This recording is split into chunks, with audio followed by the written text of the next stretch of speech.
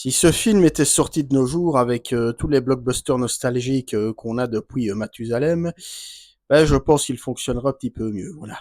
Salut à tous. Alors aujourd'hui, donc, je poursuis mon cycle Superman en vous parlant de Superman Returns, donc sorti durant l'été 2006, réalisé par Bryan Singer, avec au casting Brandon Routh, Kate Bosworth, Kevin Spacey ou encore Frank Langella, Parker Posey et Eva Marie Saint. Alors le résumé en quelques mots, Superman revient sur Terre après 5 ans d'absence, parti explorer sa planète natale, donc Krypton, mais il découvre que son ennemi juré, Lex Luthor, fraîchement sorti de prison, tente de l'affaiblir en dérobant tous ses super pouvoirs. Mais entre-temps, Superman doit faire face à un problème d'un autre genre. Lois Lane, la femme de sa vie, est partie mener une nouvelle vie loin de lui. Et dès lors, le retour de Superman sera ponctué de nombreux défis. Alors qu'est-ce que je pense de ce film? Bien ma foi, je l'aime beaucoup. Bon, commençons par la mise en scène. Alors d'entrée de jeu, il faut signaler que voilà, ce film n'est pas un reboot, de l'aveu même de Bryan Singer. Il a voulu réaliser une sorte de suite spirituelle aux deux premiers Superman, donc le premier réalisé à 100% par Richard Donner et le deuxième réalisé en majorité par Richard Donner puis terminé par Richard Lester, tout simplement parce que on peut le comprendre, Bryan Singer n'aimait pas du tout Superman 3 et encore moins Superman 4, et donc il a toujours envisagé son film comme un prolongement des deux premiers, plus que comme un remake ou un reboot, voilà.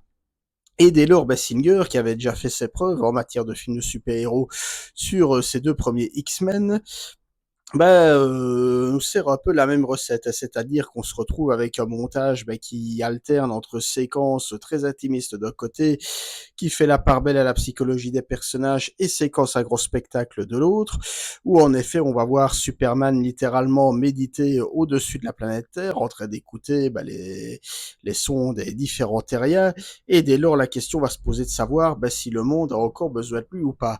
Parce que oui, on nous fait comprendre que le film se situe bien en 2006, à une époque où déjà les JSM existent, les ordinateurs portables existent, donc d'un point de vue technologique, on est déjà bien avancé. Le 11 septembre est également passé par là.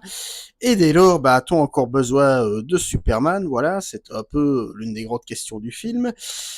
On va également s'attarder sur les états d'âme de Lois Lane, qui, comme je l'ai dit, a refait sa vie, a épousé un autre homme, a également eu un enfant, enfant dont on n'est pas sûr que ça soit vraiment le fils de son nouveau compagnon, enfin j'y reviendrai un petit peu après. Voilà. Et également les états d'âme de Lex Luthor qui en veut toujours à Superman, mais cette fois-ci qui lui en veut surtout par le fait que Superman ne s'est pas présenté au moment de son procès, et que si Superman s'était présenté au moment du procès de Lex Luthor, ça lui aurait épargné plusieurs années de prison. Donc voilà, et ça Bryan Singer va beaucoup s'attarder là-dessus. Il faut savoir que le film dure quand même 2h30, voilà. On a quand même une grosse demi-heure qui est centrée sur le retour de Superman, voilà, sur ses conséquences, je veux dire sur la manière dont il est à nouveau reçu par les humains, par les habitants de Métropolis et même du monde entier, parce qu'on va le voir une fois revenu sur Terre, sauver des habitants également de Paris, d'autres grandes villes du monde, entre autres, et son impact également sur le monde, un point de vue plutôt intéressant. Et alors par la suite, on a droit à Superman en action qui va, et là d'ailleurs le film, j'ai envie de dire, lorgne plutôt du côté du film catastrophe. On a Lex Luthor qui, en récupérant les cristaux de la forteresse de solitude de Superman, veut créer de nouveaux continents, et donc de ce fait, il, à l'instar du premier film de Richard Donner, va provoquer des tremblements de terre, et donc on va voir Superman utiliser d'ailleurs tous ses super pouvoirs, ses rayons laser, son souffle pour empêcher la destruction totale de Metropolis, également l'inondation. Et donc, Bryan Singer parvient vraiment, en termes de mise en scène, à trouver le ton juste entre, séquences intimistes et gros spectacles, et même durant les séquences de gros spectacles, à l'instar des X-Men, je le répète, les personnages ont toujours vocation à exister, et même lors du fameux face-à-face attendu entre Lex Luthor et Superman, on peut sentir toute la haine, toute la rancune de Luthor, et j'ai envie de dire que dans le cas de ce film-ci, on peut un petit peu le comprendre, toute la rage de Luthor envers Superman et également, j'ai envie de dire, vis-à-vis de Lois, hein, en sachant qu'il l'a laissé planter comme ça littéralement après 5 années d'absence. Voilà.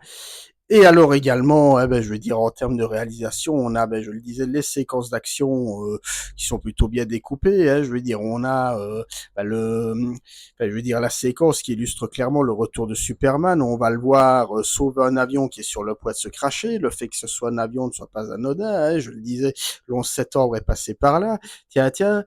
Ou dans l'avion se trouve comme par hasard Lois Lane, qui est là dans le cadre d'un reportage. Et donc, le montage est plutôt bien découpé. On va voir l'avion qui va de plus en plus tanguer vers le bas, les différents passagers dont Loïs qui vont avoir du mal à tâcher leur ceinture, certains qui vont voltiger dans tous les sens, et Superman par la même occasion qui va essayer d'échapper aux différents débris de l'appareil qui vont être projetés sur lui.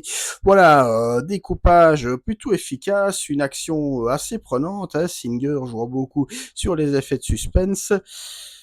Bon découpage et bon suspense que l'on retrouvera un peu plus tard dans le film, lors de la fameuse séquence, hein, je veux dire, voilà, des tremblements de terre de Métropolis et plus encore de l'inondation. On va voir Loïs, son mari Richard et leur fils littéralement dans l'eau, hein, je veux dire, voilà, en pleine tempête, avec Superman qui va tenter, blessé par Luthor, de leur sauver la vie. Et voilà, tout ça a été pensé de main de maître, Singer jouant intelligemment sur les pouvoirs de Superman.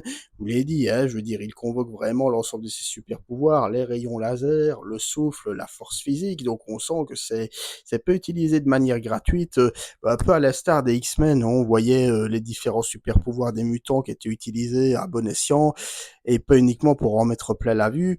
Donc voilà, une mise en scène, on peut le dire, plutôt efficace, qui prend son temps, mais qui en même temps, voilà, raconte quelque chose visuellement et c'est là qu'on retrouve toute la patte de Singer, quoi, être capable de raconter avant tout une histoire par l'image, voilà. Alors je passe maintenant au scénario. Alors je le disais, ce film, s'il sortait de nos jours avec toute la vibe nostalgique qui abrite les grosses licences, que ce soit récemment Mission Impossible, Jurassic World, Ghostbusters, Scream et je repasse, ou voilà, les sagas se regardent dans le miroir, et comme on dit, jouent un peu sur la nostalgie du spectateur. Et ici, j'ai envie de dire qu'on a un peu un film nostalgique avant l'heure. Parce que je le disais, on est clairement dans un film hommage. Hein, je le répète, c'est une suite spirituelle aux deux premiers films. Et on a envie de dire que ce film, quelque part, malheureusement, arrive un petit peu trop tôt. Il faut savoir qu'à l'époque, en 2006, un an avant, Batman Begins de Christopher Nolan était sorti durant l'été 2005, en réinventant, si je puis dire, complètement la figure de Batman. Hein, je veux dire, en le remettant dans un contexte post-11 septembre, très sombre, etc. Ici, on a Bryan Singer, un an après, que sur Superman Returns, qui nous propose un Superman lumineux, optimiste. Alors même si oui, le film se déroule en 2006, on sent que voilà, c'était peut-être pas le moment adéquat pour nous proposer un film comme ceci, qu'on aurait peut-être déjà préféré à Man of Steel avant l'heure. Hein. Bon, je reviendrai après sur Man of Steel. Mais alors surtout, l'un des principaux problèmes scénaristiques, c'est que le film, même sur 2h30, aborde beaucoup de questions qui restent en suspens, quoi. Je veux dire, d'une part, voilà, on se demande, hein, qu'est-ce qu'a fait Superman en 5 ans. Bon, même si, ok, il est parti aux origines de Krypton, mais dans le premier volet, on nous expliquait quand même un petit peu tout à propos de Krypton. Hein, je veux dire, voilà, la planète a explosé, pourquoi on l'a envoyé sur Terre, machin.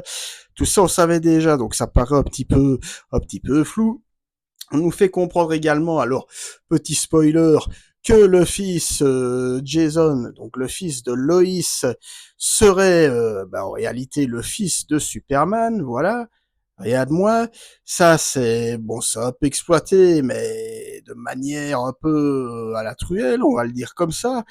Plus également Lex Luthor qui, voilà, qui en sortant de prison aura réussi à se refaire une carrière quelque part. Enfin, tout ça, ce sont des questions qui nous sont Ben voilà, ce sont des éléments, donc la maternité de Loïs, la sortie de prison de Luthor et le retour de Superman sur Terre qui nous sont balancés comme ça un petit peu à la truelle et bah, qui plus est surtout que voilà, Superman Returns est sorti quasiment 20 ans après Superman 4 et que voilà, d'autant plus que comme je le disais, le film joue très clairement la carte de l'hommage. Hein. On va revoir également une séquence d'envol entre Lois et Superman qui certes est nettement moins romantique que dans le premier. Et pour cause, ben voilà, Lois, à juste titre, en veut à Superman de l'avoir abandonné ou de les avoir abandonnés. Je pense que vous comprenez où je veux en venir. Voilà. On a également l'éternel face-à-face Superman et Lex Luthor. Bon, on n'est pas loin du premier opus, avec la kryptonite, la domination du monde, etc. On est en terrain connu, j'ai envie de dire. Et bah tout ça, j'ai envie de dire, voilà, c'est bien joli, ça titille la nostalgie du spectateur, mais comme je dis, ça n'aboutit pas à grand-chose et c'est même survolé. Alors après, on peut se dire que, ben voilà, à l'époque, Bryan Singer avait déjà prévu une suite, voire même une trilogie, qui ne s'est pas fait parce que malgré de bonnes critiques presse et box-office honnête, on va dire, ben voilà, le film n'est pas suffisamment rentré dans ses frais aux yeux de la Warner, donc ben, vous connaissez la suite. Hein, y a jamais eu de suite, sinon on n'aurait jamais eu le Man of Steel de Snyder. Bref. Et donc voilà, donc on se retrouve avec un film ben, vraiment très bancal, beaucoup trop en avance sur son temps, qui fait plaisir à voir. Hein, je le dis, qui est bien réalisé, qui est alors en termes d'interprétation, ça j'allais y venir. On a Brandon Routh, donc ça fait un peu mal de le dire. C'était son tout premier grand rôle, pour ne pas dire son tout premier rôle, mais vu l'accueil du film, bah, enfin l'accueil public plutôt, bah il a pas on peut pas dire qu'il ait vraiment réussi à faire carrière par après. Idem pour Kate Bosworth, fait dans le rôle de Lois Lane. Kevin Spacey, de son côté, en Luthor, on le connaissait, il avait déjà sa carrière bien faite, etc., bien avant ses scandales.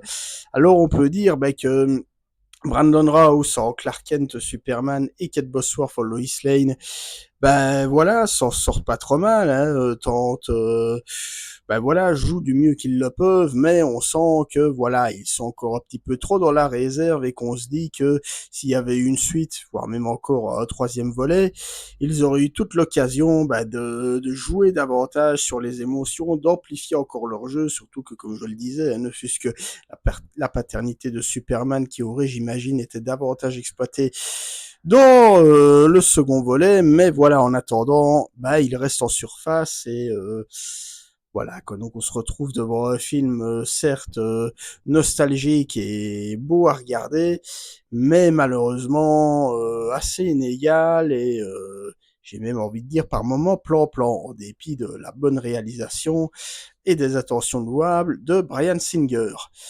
Bref, voilà donc bah, tout ce que je peux dire à propos de ce Superman Returns, hein, ce film qui, je le répète, que j'aime bien, qui est très plaisant à suivre, hein, qui est pour moi un blockbuster de bonne facture, surtout quand on le revoit quasiment 20 ans après, où on se dit que bah, s'il sortait de nos jours, alors bon, est-ce que le Superman de James Gunn va jouer un petit peu cette carte-là? J'en sais rien, mais bon, on serait tenté de dire pourquoi pas, hein, avec tous les revivals nostalgiques des sagas qu'on a depuis maintenant 10 ans, bah, je serais tenté de le croire, mais voilà, qu'en attendant, toujours est-il que ce Superman Returns, bah, visuellement, a plutôt bien vieilli, hein, je veux dire, même maintenant, les séquences à gros spectacle, ce soit l'avion ou l'inondation ou la tremblement de terre de Métropolis reste toujours impressionnant.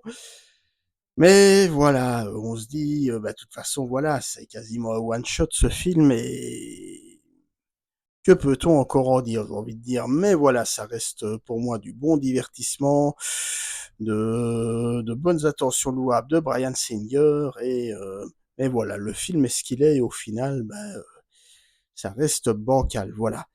Voilà donc tout pour mon retour critique et analytique sur Superman Returns. N'hésitez pas à me dire dans les commentaires ce que vous en pensez, si vous l'aimez bien. Je sais que c'est le cas de pas mal de gens hein, qui apprécient beaucoup ce film. Ou au contraire, si vous ne l'aimez pas, on en discute dans la joie et la bonne humeur dans les commentaires. Et ben, d'ici là, portez-vous bien et à très bientôt. Salut, bonne soirée.